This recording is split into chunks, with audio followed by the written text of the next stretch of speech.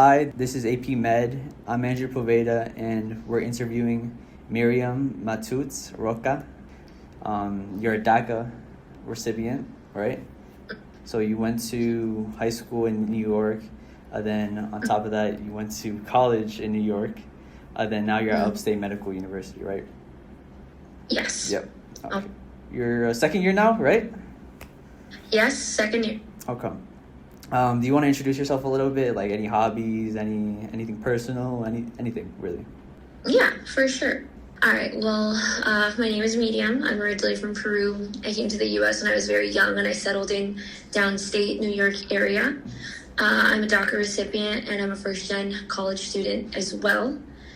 I'm sorry. What else did you say to add? Anything personal, any hobbies, anything really. Yeah. Any goals, dreams? Yeah.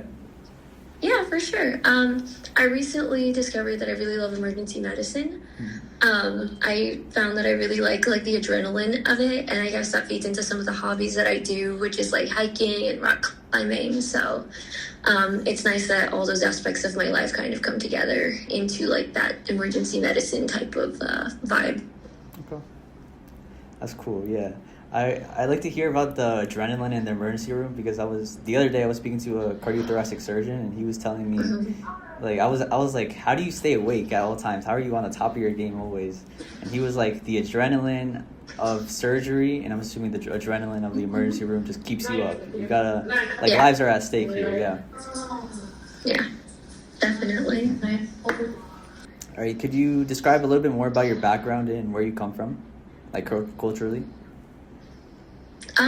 Yeah, so I am Peruvian, so a lot of what that means to be like a Latina, I guess would mean that I come from a very loud family. I grew up as the oldest child, so a lot of the time that meant that I had to be the advocate for my family. It meant learning English, it meant speaking up on behalf of myself and on behalf of others. It also was navigating a lot of cultural barriers because things are very different here than they are in Peru.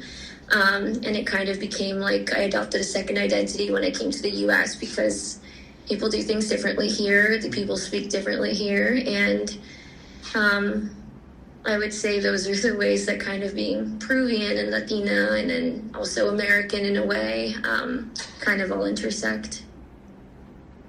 Got it. All right. Is there have you, like, especially when you were young and you moved here to the U.S., did you feel like there was any discrimination against you or anything that you really had to overcome in terms of getting to the place you're at right now? Oh, for sure. I would say that my first language was Spanish. Learning English took me a really long time to learn. Just because it was it's a very, I think, nuanced language with a lot of grammatical, technicalities of it. Yeah. I would say that being the primary thing. The second one is I'm a DACA recipient, so I'm not fully undocumented, but I'm also not a U.S. citizen. So growing up, that meant I was excluded from certain things that only a U.S. citizen would have access to. It meant fighting for myself in high school to be able to take more advanced classes because people just assumed I wouldn't be able to. DACA recipients can't really receive any government funding, so in college that meant that I needed to fight in order to do research. As an immigrant, if there's a lab that has NIH funding, some labs are really specific. They say you can't get funded, and even in that case I was fine, I'll do the work for free. I need the research for med school. And some labs just wouldn't take me just because of my status alone. So it was really hard to kind of do all the things I needed in order to have a strong medical school application later on. And that's probably why it took me a more non-traditional path to get to medical school to begin with. Okay, yeah. So you mentioned being heavily involved in your research. What kind of drew you to medicine in the first place? Have you always wanted it since you were a child, or how did that come to be? Yeah, that's a great question. I would say my why medicine comes a lot from the fact that I grew up very low income and again from an immigrant household where maybe doctor's visits weren't a priority. it was kind of always like holistic remedies, like vapor rub or tomar un poquito de té to make everything kind of feel better, or mate or whatever. I come from a background where like medicine really isn't prioritized, and the reason why I got into medicine in the first place was mostly because of my grandfather. He had a myocardial infarction when I was 12 years old. I just happened to be the one with him when he passed away. And I think even when I was 12, I knew, I think I had that feeling where I was like, I wish I knew what to do, or I wish I had some idea of what the anatomy or what the pathophysiology of a heart attack is, so I could have at least helped. Maybe it could have made a difference. Knowing what I know now and looking back, I know there wasn't really anything I could have done, but it did inspire me to kind of want to learn everything that I could about the human body, and then that ended up snowballing into medicine. So really for me, medicine is like a big thing, where it's like I want to know everything that happens from like cell to circulation, right? So for me, I would say that was like the catalyst. I would say other things in my life is, again, we grew up very low income, so we received a lot of our care from like clinics, like very low income government funded clinics, and the quality of care was just not there. And I started to be a doctor that, was able to use my cultural background, my linguistic background, in order to, I guess, transcend that and transform that into like better patient care. Do you want to touch a little bit more upon how you built your medical school application and like how you navigated it? Because I know you mentioned earlier that when you wanted to do research, some research labs, they wouldn't pay you, and you offered to do it for free anyways. So was there any standout parts of your application that you feel should be mentioned? Yeah, I would say that in my application, I had 3 growth years in between graduating college in 2021 and then like applying in 2023. And I would say that like my strongest extracurriculars, the one that I was able to write the most about in a more authentic way, were the ones where it wasn't medicine based at all. I think medical schools, depending on which ones you apply to, like really look for applicants that are more well-rounded. So I was a taxi driver for a really long time. I was a delivery driver. I worked at a nonprofit that helped first-gen Latino students apply to college and be the first ones in their family to go to college. I worked in like the nonprofit area. I worked as a home aid worker. I worked in a nursing home. I worked in research. Like I had a lot of different hats. But I think that earlier work really set up the foundation for me to kind of be like a people person and to apply those skills into what I am today. I think it's made me more empathetic. I think it's made me be able to like see the hidden cues that a lot of my classmates just do not see, partly because they just haven't had those experiences. So I think overall that just made for a better application later on, and like you mentioned before, probably like a better detailed answer like in an interview when I had them. Okay. So the answer you just said, you mentioned that you were a delivery driver, you were a taxi driver, you picked up a lot of jobs, and you worked at a nonprofit. So you mentioned that the nonprofit, you helped out a lot of Latinos in their applications. How do you feel like you've given back to the community so far, especially Latinos and Hispanics? And because I know you mentioned your nonprofit work there, but I think I saw you did work with another nonprofit as well. I'm not sure. I think with Luca and with I forgot the other name of the other one. But can you touch upon more upon that, like how you've given back, whether it's volunteering or work with a nonprofit? Yeah, definitely. So a lot of my gap year, or my growth year before I actually started med school, so probably my 3rd gap year, I got into a lot of immigration advocacy. So I did a lot of work with the different nonprofits like America's Voice Project in New York, or the NILC, which is the National Immigration Latino Coalition, something like that. I did a lot of work where I went across the country in different places, and I spoke about my story. I spoke about DACA recipients in general, as a DACA recipient pursuing a career in healthcare. And I also worked during the COVID-19 pandemic, where I sought to like increase the show rates for Latinos, especially when getting like vaccinated, just because it was that important.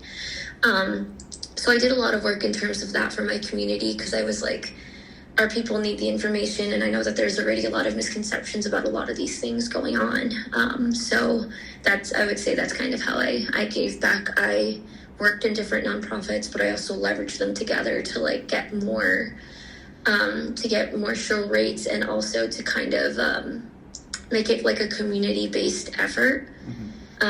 So those are kind of the things that I did. Okay. Yep. How do you feel that your culture has affected you in terms of, like, we're both Peruvian, and how do you feel like healthcare in the United States has kind of impacted your family or Hispanics as a whole? Because I know that most Hispanics, like you mentioned earlier, like the holistic approach, and how like I hear this all the time, that Hispanics want to see only a doctor. They don't want to see like a physician assistant or other types of care, that they're really scared of the healthcare system and how it could impact them, because they're not, whether it's a language barrier or the physicians aren't listening correctly. How do you feel like you have interactions in terms of that? Because you covered it in like your first answer, I noticed. Yeah. Not to get too political, but I'm going to, because that's my whole thing. I would say that currently under the Trump administration, especially his administration, like going after immigrants, and like the increase in ICE that we've seen in like the emergency room and departments in places where ICE should not be. There's a lot of issues with like Latinos like being even more hesitant to like seek healthcare, because they're afraid that they're going to be detained and taken away. And I think with the studies that I've been reading, it's mostly been people with diabetes, like type 2 diabetes, and also people with like heart conditions. They are not going to their appointments. They are afraid. And I would say the way that I've seen it present is that people just cancel and they don't go. Another major problem is like the affordability of it. People, again, under the Trump administration, I myself being one of these people, he is taking away healthcare. There are ongoing connections between DHS and people, and like government programs that use like emergency Medicaid, which is the only thing available to undocumented immigrants to receive healthcare.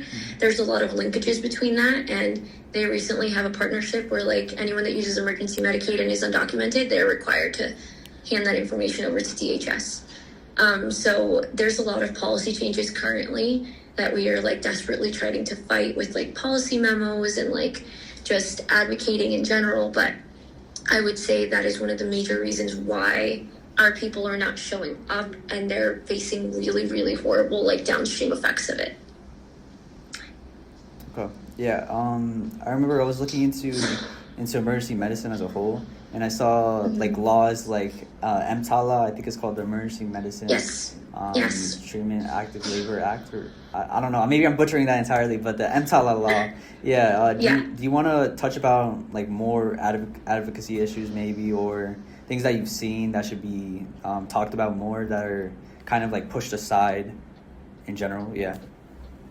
Yeah, something that we're like actively getting trained on, or that I'm working on with some of the physicians here, is to educate some of my classmates who are now going to be transitioning into like clinical stuff, into clinical clerkships, what EMTALA is. And you said it, basically it's the Emergency Medical Treatment and Labor Act.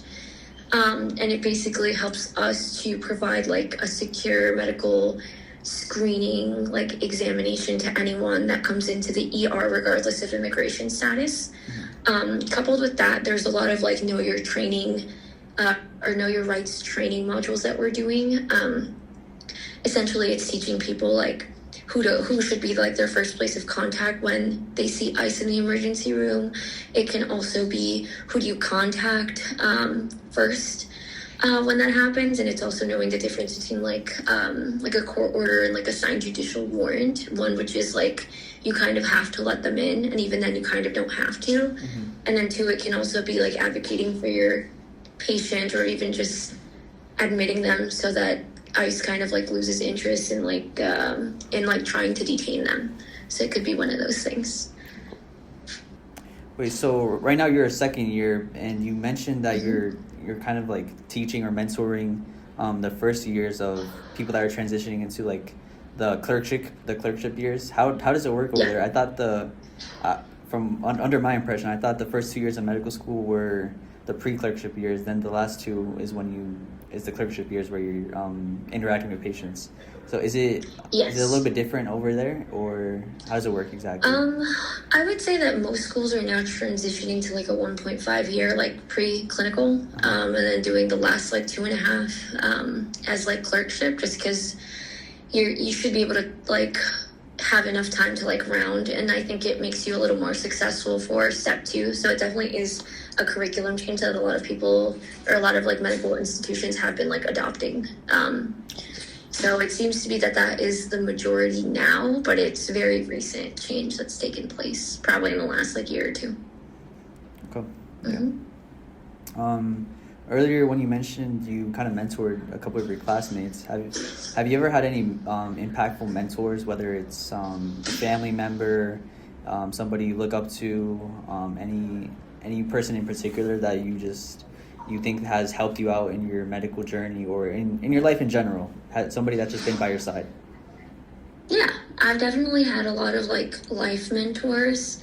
I would say that I didn't really have a medical mentor until like this year, probably like a couple months ago. But I would say like growing up, there was always people that advocated for me, which was really nice. And also there were people that would just fight for me to get whatever it is that I needed to get done. I would say it started in high school with like a really phenomenal guidance counselor who she would listen to me. She would, when it came time to like get the higher classes or more advanced classes, like she fought for me to get it. She continues to check in with me to this day, which was really nice in my nonprofit work. Many mentors, I worked in an all-women's nonprofit, so it was very, very nice to have like women who have made it in different fields, of course, but I know what it's like to look, I know what an empowered Latina looks like. I know what someone looks like when they're not afraid to speak their mind, and it's really nice to be surrounded by that like all the time. I would say that now I have a really phenomenal, like, he's the whole reason why I want to do emergency med. He's like at a nearby hospital. I met him purely because of my partner's parents. We met at like an Alzheimer's like event for like the Central New York chapter, and I always thought I was going to do cardiothoracic surgery, and then I met him, and then I shadowed him, and I fell in love with emergency medicine. So he is a white male, so it's very different what my mentors have looked like, but it's really nice to see someone so passionate about the work that they love. Yeah. Could we like go back a little bit more and talk about your undergraduate years and how you kind of navigated through that? Because like with your first gen and how it's kind of been hard to navigate and see opportunities and paths that maybe you should have taken instead, or things that like research, for example. How was it like trying to first establish yourself in research? Because I know it's kind of hard to try to get into research labs, especially as like a freshman or a sophomore. And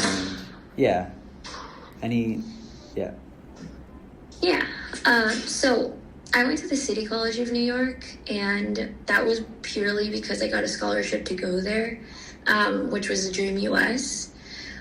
I was also a commuter student, and it's the reason why it took me 4.5 years to graduate college, not 4. It's just because I didn't have the time to be in New York City all the way up until 9 or 10 p.m. without it being like safe.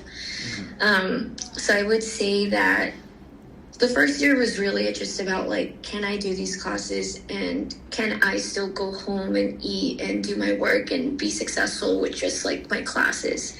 Second year really became like, okay, I am pre-med. I've taken all like the standard classes. Now it's time to kind of get into like the deeper, like upper level biology classes of it. And it was really hard because on top of that, I had no like medical experiences. I had no substantial ones. I had no research. I knew that was really important. My advisors were like bad because they didn't really know like how to help someone like me. Again, I'm an immigrant, I'm a DACA recipient. It's not like I could get standard like information and have it apply to me. So I think that gave it a level of nuance that maybe like my advisors just weren't prepared for, which isn't their fault. But it took a lot of like connecting with like my professors and saying like, hey, I'm interested in this. I know that you have an open lab position. And let me tell you, it was a lot of no's. It was a lot of, well, you're not doing great in my class, or you're doing like pretty well in my class, but I just don't have the space for an underclassman. And it really just took one like amazing professor who I think he was my genetics professor. He's the one that introduced me to research, and he's the one that showed me that I don't like research, believe it or not. So after a year, I was like, I cannot do lab work. I could never do an MD PhD. I think it helped me to learn that like I love clinical research and I love like public health research, and lab work was just not for me. I did the test tube thing, I did the slides, I did the killing the rodents. I did it all. I loved working with the animals, but even though I knew that the work, which was in immunology, was going to have like really phenomenal like clinical implications later on, it wasn't for me. Like I needed something up close and like personal, and I needed it to be tangible. Okay, yeah. Can we talk a little bit more about research, because I'm kind of interested in that right now. That's like the one thing I'm on right now. Yeah. So you mentioned that you like clinical and public health research. So are you like right now doing research and like looking at databases of patient data, whether it's their races, what types of diseases they have, and are you trying to like, or do you make those connections and correlations when analyzing all these numbers to like group it together? Because I've seen researchers group together certain numbers, then they make a correlation of, if this person has this, or they're from this socioeconomic background, they're more likely to get this. Like, take for example, the sickle cell is more prevalent in African Americans. So have you been like more interested in that type of research, or how along those lines?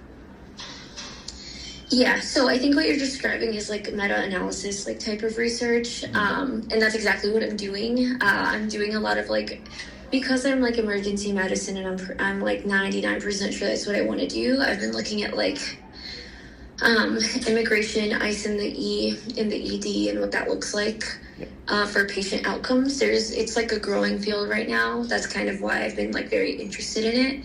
I'm looking at just New York data, but I do want to like, hopefully within the next like year or two, like expand that research, because I do want to get published. I'm also looking at like immigration impacts of like Affordable Care Act and like downstream effects, like what that could potentially mean. And with enough data, like you can like come to a correlation, maybe not a conclusion, but like a really strong correlation. So I'm currently working on like those two things, but outside of that, immigration is still very near and dear to my heart. So what I'm doing is I'm also working on like op-eds that I hope to like publish with LMSA, which is the Latino Medical Student Association. So I'm really just trying to get my name out there and like trying to do as much as I can for my community, because when you do research, you can advocate. And if you can advocate in like governor's offices or legislators, I think that's when you can actually see reform. That's true, yeah. If you pull up something that's a stat, then I mean, how could you refute it if it's true? Yeah, exactly. Have you found it difficult to meet people or like find your crowd in new places, because you moved from Peru to New York, and you're still in New York now, but how have you navigated that change? I will say that like the transition from from Peru to New York, that one was rough because I had to like learn English. And then after that, I still needed to make friends, and I was always like the poor kid, or like the kid that smelled bad sometimes, just because wasn't great. So I would say in that case, it was hard to make friends. But the beautiful part about like downstate New York is that it's really blue. So like I never received any discrimination or anything like that. And I would say that moving up here though to Syracuse, it's like a really big culture shock. There's like, I have a class of 180 medical students, probably 6 are Latino.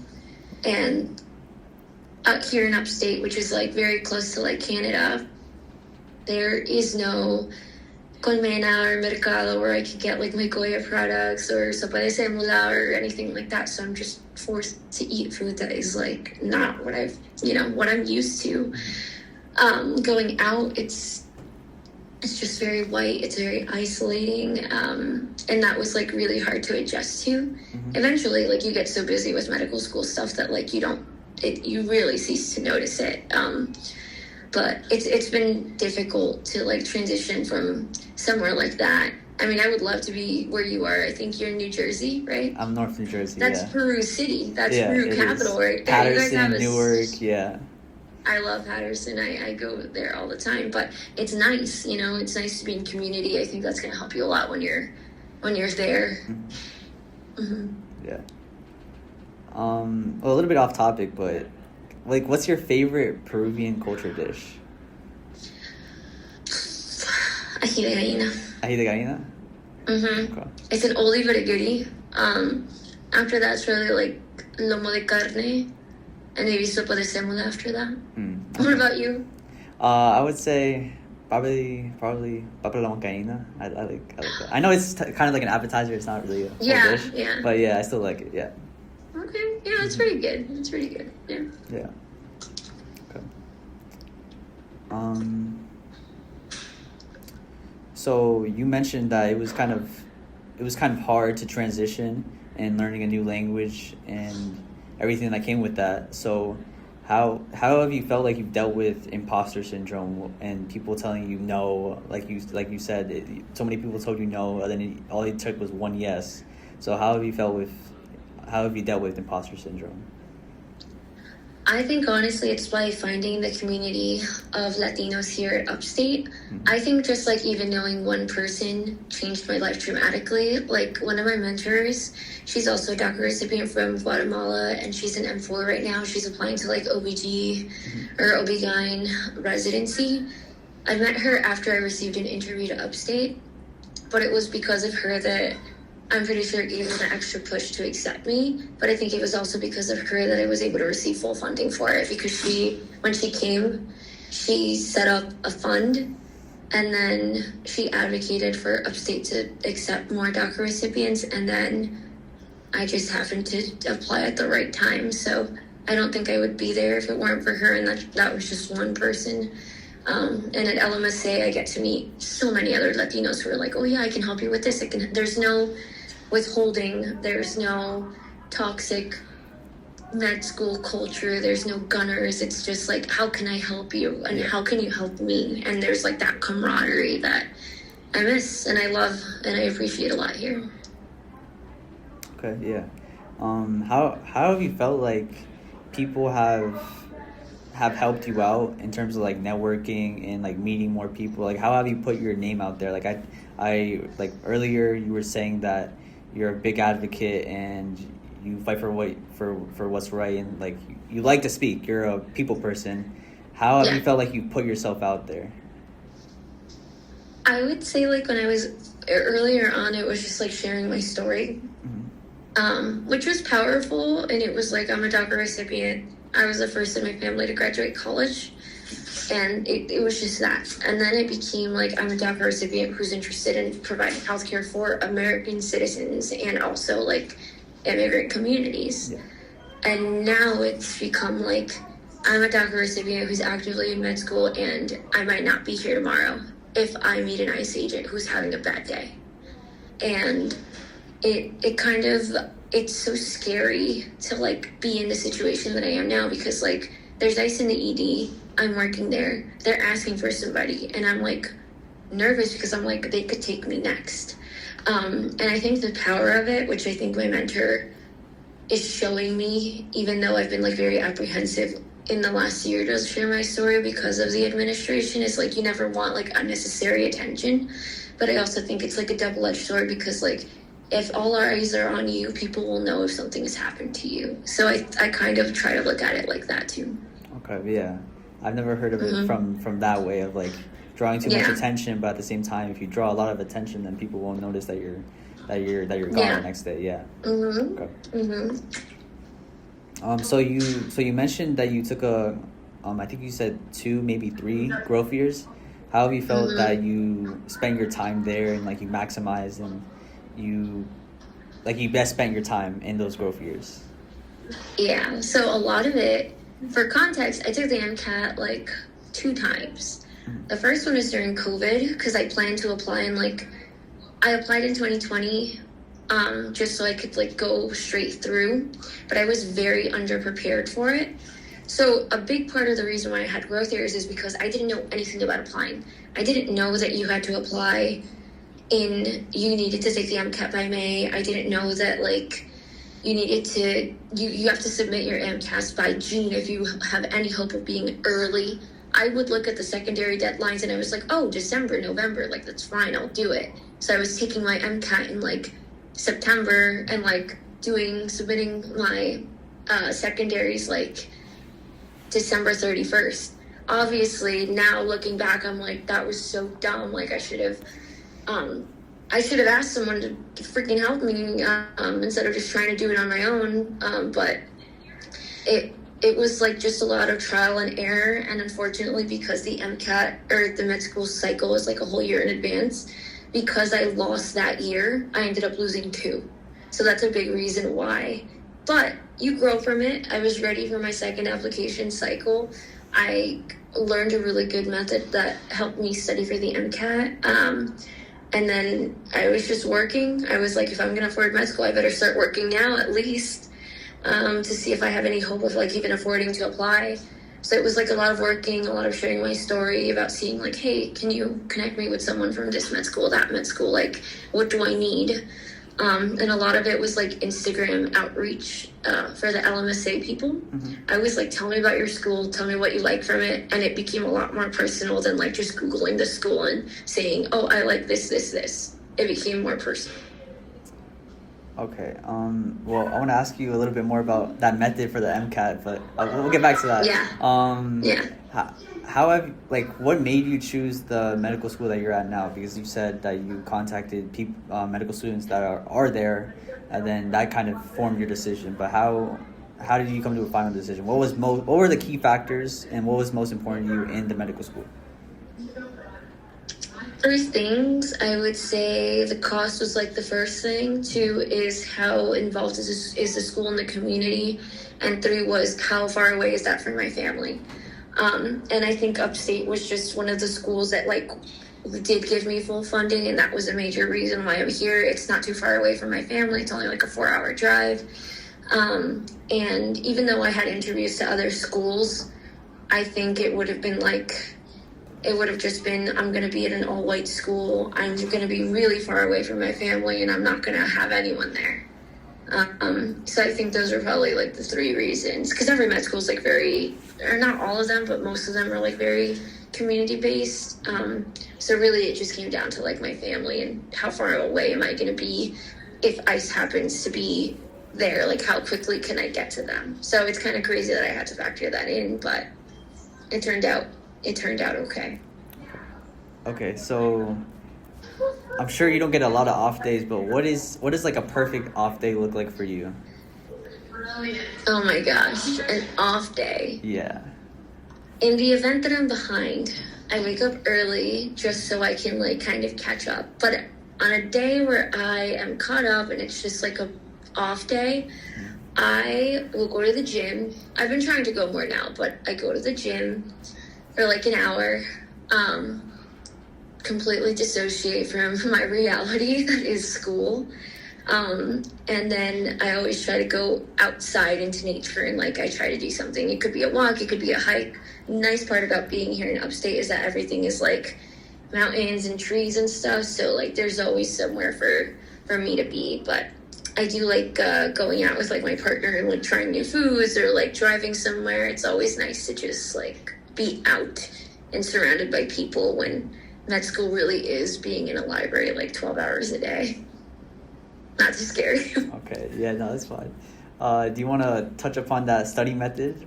So we're not studying 12 hours a day? Yeah. Well, I'm sure it could be universal, right? Yeah, for MCAT, I was one of those few rare people that used Anki to study for the MCAT, and the reason why is because I have a really awful, like, short-term memory, and I need things to, like, be hammered in, like, rote memorization. So for MCAT, really, it was just, like, you whirled untimed, and it's just taking as many practice tests as possible. And then it didn't click for me until med school, but, like, that's exactly how I approach med school as well. I need to start things early. I need to make sure that I have enough time where, like, I start at 6 and maybe I'm out by, like, 8, and then that gives me enough time to go to the gym and whatever. But for me, I am a visual learner, so I love UWorld for their diagrams. I love listening to things and then, like, trying to imagine them or, like, draw them out. I'm, like, a very, like, conceptual person in that sense. And it really just is Anki. And then on the very, like, tough days, it's just, like, remembering exactly, like, why I'm doing this. And, like, when I think about how hard it is, I used to, like, clean houses with my mom. I used to work in a car that had no heating and no AC in the winter and summer. And I think there are a lot of worse things than being in an air-conditioned room and studying. So I always try to, like, ground myself and remind myself that, like, my parents are, like, 40, 50, and they're still doing those things, and I owe it to them to keep going. Okay. Yeah. So I've kind of heard this tip around, and it's like kind of known knowledge, I think, at this point, that if you want to, like, be the best on test day for the MCAT or for any standardized test in general, that you should put yourself in the worst conditions possible. Make sure it's loudy. Make sure it's I don't know, any other bad conditions. Make sure it's loud. Make sure it's rainy, a bad day. Anything to make sure you're distracted as much as possible. So when it's actually test day and it's pretty silent, assuming it's pretty silent, then you perform your best. Yeah. That definitely is good. Like, when you're practicing, I would say that leading up to the exam, you want to try to replicate the testing conditions as much as possible, because we are creatures of habit. And for me, I needed everything to be exactly the way it was going to be. So for me, I was like, I need to practice. And so that meant I couldn't do it at home, because my grandma would be cleaning and my mom would be yelling and cooking, and my dad would be watching his soccer games, like, Alianza, like, let's go, you know? So, like, I knew that I needed to go somewhere else to study. So not Lau, no? Alianza I couldn't. All the way? Wow, okay. Alianza, yeah, Aliancista. So am I. Got it. Right. Do you have any tips? It could be really general, but do you have any tips for pre-meds, whether it's in their undergraduate years, maybe an extracurricular they should add, volunteering, research, anything that you've experienced or you've heard about that would be a great tip? In terms of, like, extracurriculars, don't try to box yourself into, like, the perfect medical school applicant. Do things that are, like, really interesting to you, that, like, only you will be able to talk about, because as much as med school is very, like, science oriented, and as much as when you interview, they'll say, like, you know, how do you study? How was this experience? Tell me about your research. A lot of it is also, like, who are you as a person, and, like, what makes your heart tick? And I think some of my more interesting classmates are people who, like, don't have biology degrees at all. And some of them who are very non-traditional. And those are the people that, like, do well because they're able to do both. And I think if you allow yourself to, like, do things that are outside of the scope of medicine, I think it makes you a much more interesting candidate that, like, also is conducive to, like, you probably being higher on, like, the acceptance, like, ranking. Last question. What is your favorite quote? It could be in Spanish or English. It doesn't matter. Okay. I think my favorite quote growing up is one that's been told to me by my parents, like, countless times, sometimes en momentos oportunos, sometimes en momentos inoportunos, but what they would always tell me growing up is, hija, tu educación es algo que nunca te van a poder quitar. Like, so, which means, like, your education is something that they will never be able to take away from you. And I think it still rings true to this day. I could be deported. I could be, I could drop out of school. There's so many things that could be taken away from me. Yeah. But what I'm learning, how to help people, the experiences, like no one is ever going to take this from me, ever. So I think that's probably one of my more favorite quotes by my parents that they tell me all the time. The other ones I don't think I can say, but yeah. Okay. All right. I like that quote, yeah. My favorite is Boca cerradas no comen. So closed mouths don't get fed. Yeah. I'm a big person on ambition and like speaking out for yourself and just bring yourself out there. Yeah. Yeah. Mm-hmm. Ponte pilas is Ponte another las pilas. Yeah, that's another one. Ponte las pilas. Yeah. Yeah. Cool. There's another one that's pretty toxic that is like the culture around here, but it's like if you're not ahead, you're behind. That's a hard one though, because it's like you have to know when to like kind of relax sometimes. That's true. Yeah. This is AP Med. We just interviewed Miryam Matute Roca, and a theme I would give for her is just because you're behind doesn't mean you can't be ahead.